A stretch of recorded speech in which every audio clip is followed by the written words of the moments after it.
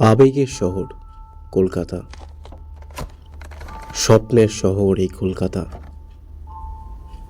না, কিছুটা ভুল বলা হয়ে গেল। স্বপ্নের শহর ঠিক নয়। এই শহরে সবার স্বপ্ন ঠিক পূরণ হয় না। তার সবচেয়ে বড় উদাহরণ ফ্লাইওভারের নিচে শুয়ে থাকা মানুষগুলো।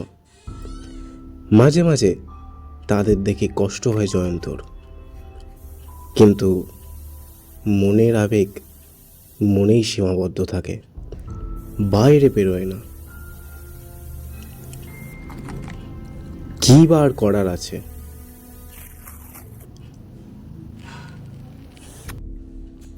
আজ 25শে বৈশাখ। বিকেলেই জয়ন্তর অফিসের ছুটি হয়ে গেছে। না না, রবীন্দ্রনাথের জন্মদিন বলে নয়, আজ তার বসের জন্মদিন বলে কথা। শালা কলিযুগের রবীন্দ্রনাথ আবার কবিতা ফবিতা লেখে নাকি? স্যালারি দেওয়ার বেলা তো যা কঞ্জুসি করে। মনে মনেই হাসে জয়ন্ত। বাঙালির 12 মাসে 13 পার্বণ। প্রবাদ বাক্যটা উচ্চবিত্তদের জন্য যতটা সত্যি, মধ্যবিত্ত বাঙালিদের জন্য ততটাই মিথ্যে। আর নিম্নবিত্তদের জন্য শীত, গ্রীষ্ম, বর্ষা সবই সমান। ঠিক ফ্লাইওভারের নিচের মানুষগুলোর মতো। জয়ন্ত মধ্যবিত্ত বাঙালি, সামান্য বেতনের চাকরি, অথচ দায়িত্ব অনেক বেশি। মধ্যবিত্ত বাঙালি ভয় বেশি পায়। বাড়িতে পরিবার পরিজন, অনেক দায়িত্ব, অনেক কর্তব্য। দায়িত্ব, কর্তব্য, এই শব্দগুলো অনেক ছোট, কিন্তু মানুষের পক্ষে বড্ড বেশি ভারী। ছোটবেলা থেকেই মধ্যবিত্ত বাঙালিদের কাঁধে এই ভারী বোঝা চাপিয়ে দেওয়া হয়। শহরের চোখ ধাঁধানো আলো আঁধারের মাঝে কোথায় যেন হারিয়ে যায় সেই মধ্যবিত্ত মানুষরা। আসেন বাবু, নিজের ভাগিয়া গণনা শুনে যান। ভূত ভবিষ্য বর্তমান শুনে যান, শুনে যান বাবু। চিন্তার জাল ছিন্ন হলো জয়ন্ত। ফ্লাইওভারের নিচে ফুটপাতের ধারে বসেছে এক ফেরিওয়ালা। ঠিকভাবে দেখলে বোঝা যায় তার সামনে পড়ে রয়েছে কতগুলো কাগজের টুকরো আর একটা খাঁচাবন্দি টিয়া পাখি। যত সব বুজরুকি। আসেন বাবু, নিজের ভাগিয়া গণনা শুনে যান। আচ্ছা, করো দেখি, আমার ভবিষ্যৎ গণনাই করো, দেখি কি আছে কপালে। এই যে আমার এই টিয়া পাখি দেখছেন, এ বলে দেবে আপনার ভবিষ্য। अरे बोल तो अमर चिड़िया, बाबू का भविष्य बोल। कार्डटा बोल, बाबू का भविष्य बोल। আরে বাবু, আপনার তো হিরণ্যকশিপুর মতো বরদমান আছে দেখছি।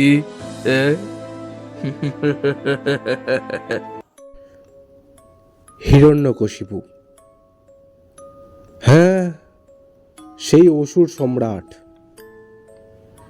দিতির পুত্র, যে কিনা ত্রিলোকে জয় করতে চেয়েছিল এবং ব্রহ্মার তপস্যা করে সে এই বরদান নিয়েছিল যে তাকে যেন কোনো মানুষ বা দেবতা মারতে না পারে। সেই আকাশ বানিয়ে যেন সেই ফেরিওয়ালা নতুন করে তালে তালে বলতে লাগলো, ना दिन ना रात, चिंता की नहीं बात, ना भूमि ना आकाश, हमको भी मिले काश, ना अस्त्र ना शस्त्र, जैसे अंग में लेटा आपका वस्त्र, ना मानुष ना देवता, सब आपके संग, आपकी जिंदगी में जैसा हरदम है रंग, कसुर मेरी जान लीते ना ही पारवे क्यों अपना रो प्राण, अमर रहो आप बाबू सच बिल्कुल, खुदा की कसम मानो नहीं कोई भूल। এমন বুজুর্গ কি আর রাস্তায় আজকাল দেখা যায় না। তবুও খুশি হয়ে জয়ন্ত 20 টাকার একটা নোট এগিয়ে দিল ফেরিওয়ালাটার কাছে। ফেরিওয়ালাটাও খুশি হয়ে একটা প্রণাম ঠুকে পুনরায় ঘোষণা করতে লাগলো তার বুজুর্গি।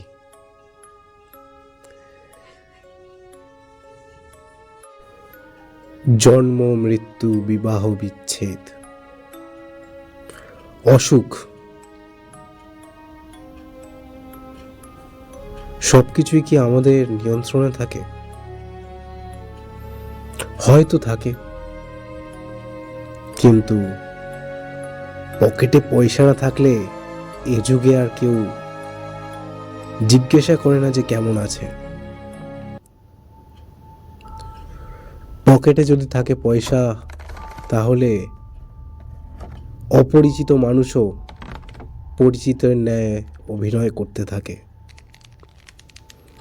এটাই হয়তো কলিযুগ, এটাই হয়তো বাস্তব।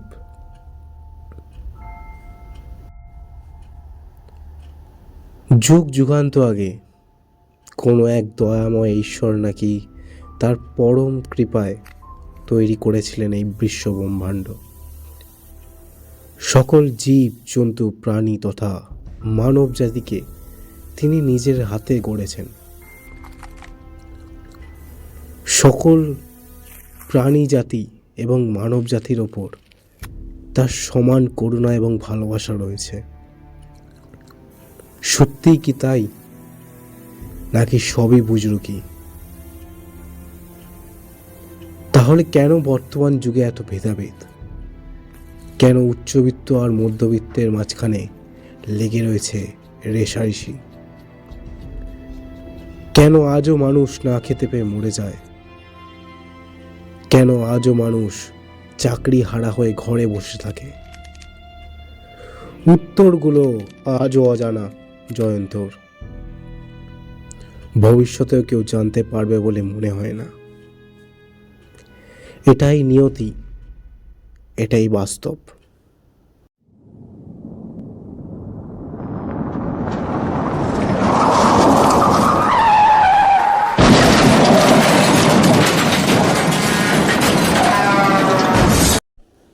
দেখে যেতে পারছিস না?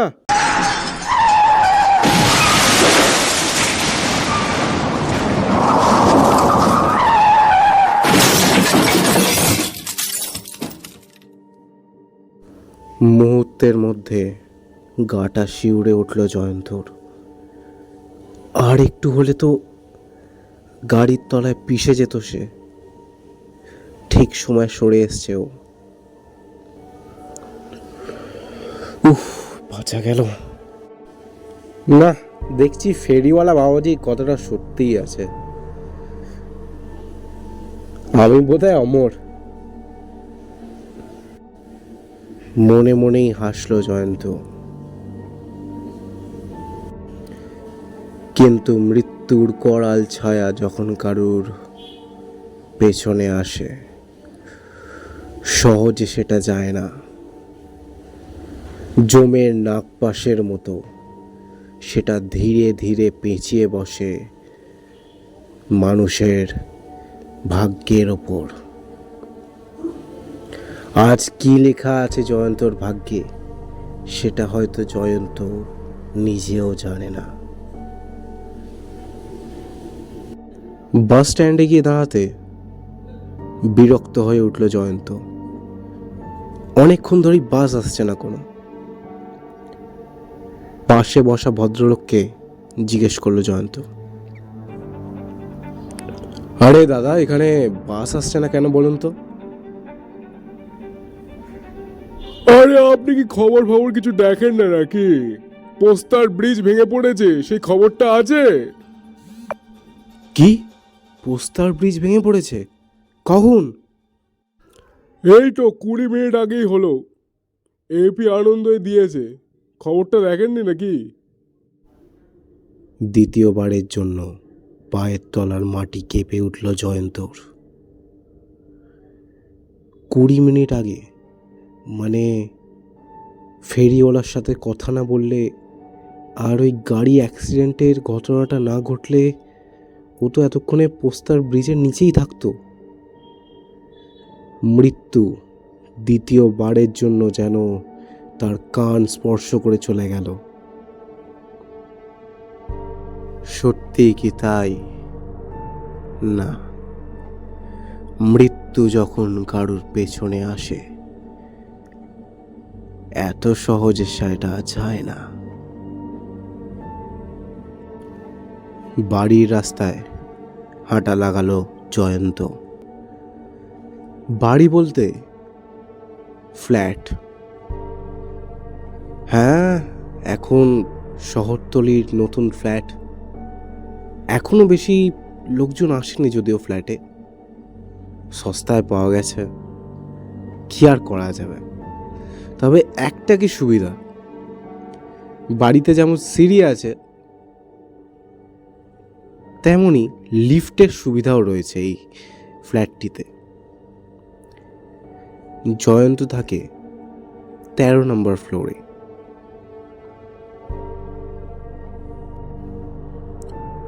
ঘড়ির দিকে তাকালো জয়ন্ত, 4:10। বেজায় গরম পড়েছে।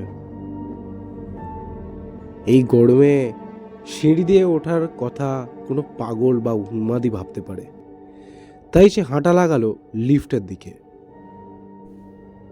লিফটে উঠে 13 নম্বর ফ্লোরের বোতাম টিপে দিল জয়ন্ত।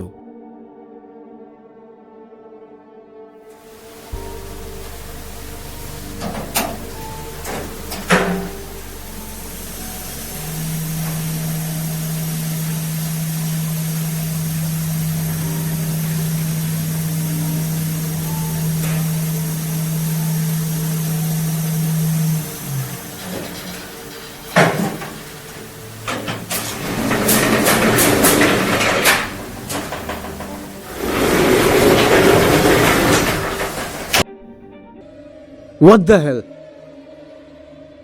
Oh no, shit यार, এখনই লিফট বন্ধ হওয়ার দরকার ছিল। Sheet.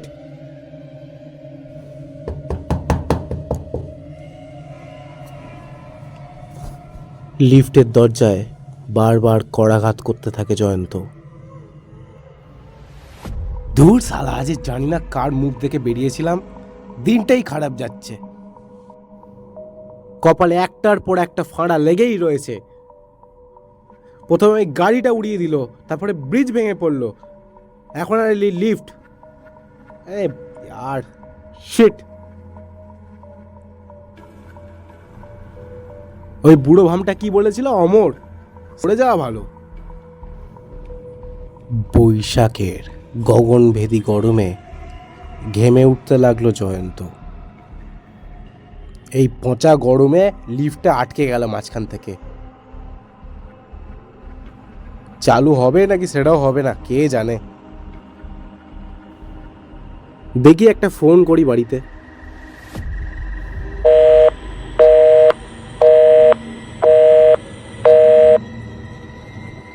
No no no, sheet ইয়ার, মোবাইলের সিগন্যালও চলে গেল। রাগের মাথায় জয়ন্ত নিজের ফোনটা ছুঁড়ে মারল, আর সঙ্গে সঙ্গে আলোর একমাত্র উৎস কোথায় যেন হারিয়ে গেল গগনভেদী দুর্ভেদ্য অন্ধকারে। উফ, এখন অপেক্ষা করা ছাড়া আর কোনো উপায় নেই। এই গরমে পুরো সেদ্ধ হওয়ার উপক্রম রে, আর পারছি না।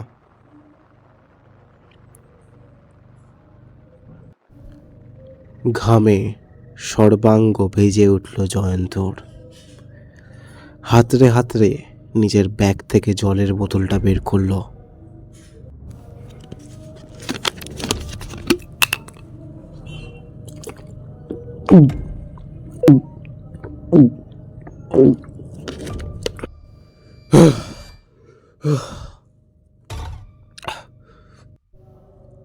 গরমে ঘামে যেন এক নিস্তব্ধ শ্বাস বন্ধকর অবস্থা তৈরি হয়েছে জয়ন্তর জন্য। যেন এক জীবন্ত নরক, চারিদিকে শুধু অন্ধকার আর অন্ধকার। সেই দুর্ভেদ্য অন্ধকারের মাঝে যেন গরম নরকের হলকা পেরিয়েছে সর্বাঙ্গ জ্বালিয়ে দিয়ে যাচ্ছে জয়ন্তর। এ যেন এক মৃত্যুপুরী। কেউ আছে? Please help! কেউ আছে এখানে? প্রচন্ড গরম, প্লিজ কেউ হেল্প করুন, প্লিজ। লিফটের দরজায় জোরে জোরে আঘাত করতে থাকে জয়ন্ত, কিন্তু লোহার দরজা এক চুলও নড়ে না। লিফটের ভিতরে অক্সিজেন ধীরে ধীরে কমতে থাকে। শ্বাসকষ্ট শুরু হয় জয়ন্তর। নিঃশ্বাস ফুলে ফুলে উঠতে থাকে।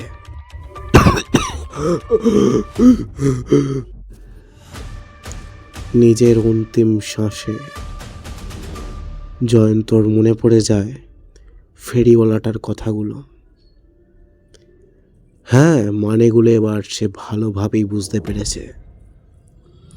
তাই ঘড়ির দিকে তাকায় জয়ন্ত। 4:30, মানে এখনো সূর্য ভালোভাবে ডোবেনি। অর্থাৎ না দিন না রাত। ও এখন লিফটের ভেতরে আটকে আছে, না উপরে না নিচে, অর্থাৎ না ভূমি না আকাশ। লিফট তো একটা যন্ত্র, বা বলা ভালো যন্ত্রাংশ। সুতরাং না মানুষ না দেবতা। তার মৃত্যু শ্বাসকষ্টে হচ্ছে, অর্থাৎ না অস্ত্র না শস্ত্র। ধীরে ধীরে মানেটা বুঝতে পারে জয়ন্ত। আর মৃত্যুর অন্তিম সময়ে তার মুখে লেগে থাকে হাসি।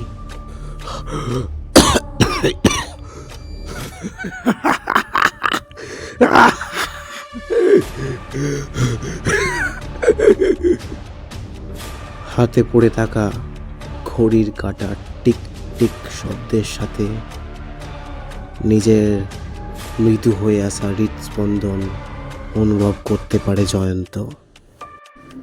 এক সময় তার চোখ বন্ধ হয়ে আসে আর নেমে আসে লিফটের অন্ধকারের থেকেও গাঢ়তম অন্ধকার, মৃত্যুর অন্ধকার। আপনাদের কি কোনো রেসপন্সিবিলিটি নেই নাকি? হ্যাঁ, লিফটে একটা যাতে নিঃশ্বাস প্রশ্বাস অন্তত চলতে পারে তার কোনো ব্যবস্থা করেননি? আরে স্যার, সব ব্যবস্থা করা আছে। লোকটা হার্ট ফেল করে মরেছে, ভালো করে দেখুন। হ্যাঁ, তাই তো দেখছি। মনে হয় অনেকক্ষণ লিফটের ভেতরে থাকার কারণে ভয় পেয়ে হয়তো প্যানিক করে হার্ট ফেল করে মরে গেছে। পোর গায়, কি করা যাবে, ওর ফ্যামিলিকে ইনফর্ম করে দেওয়া উচিত।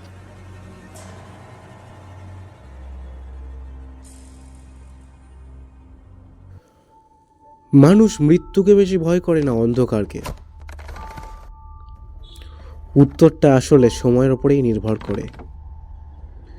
সময়, পরিস্থিতি মানুষকে যে কোনো পর্যায়ে নামিয়ে নিয়ে যেতে পারে। ভয় জিনিসটাই এরকম। ভয় মানুষের বেঁচে থাকার ইচ্ছা নষ্ট করে দেয়। ভয় সকল জাগতিক পীড়া থেকে মুক্তি দেয়। কিন্তু ভয়ের অনুভূতি আসলে কি? জানতে হলে শুনতে থাকুন আমাদের ইউটিউব চ্যানেলের গল্পগুলি। আজকের গল্প পাঠে আমি আবির দাস এবং ফেরিওয়ালার ভূমিকায় শুভাঞ্জন সিংহ। যদি গল্পটি ভালো লেগে থাকে গল্পটিকে লাইক, কমেন্ট এবং শেয়ার করে দেবেন প্লিজ।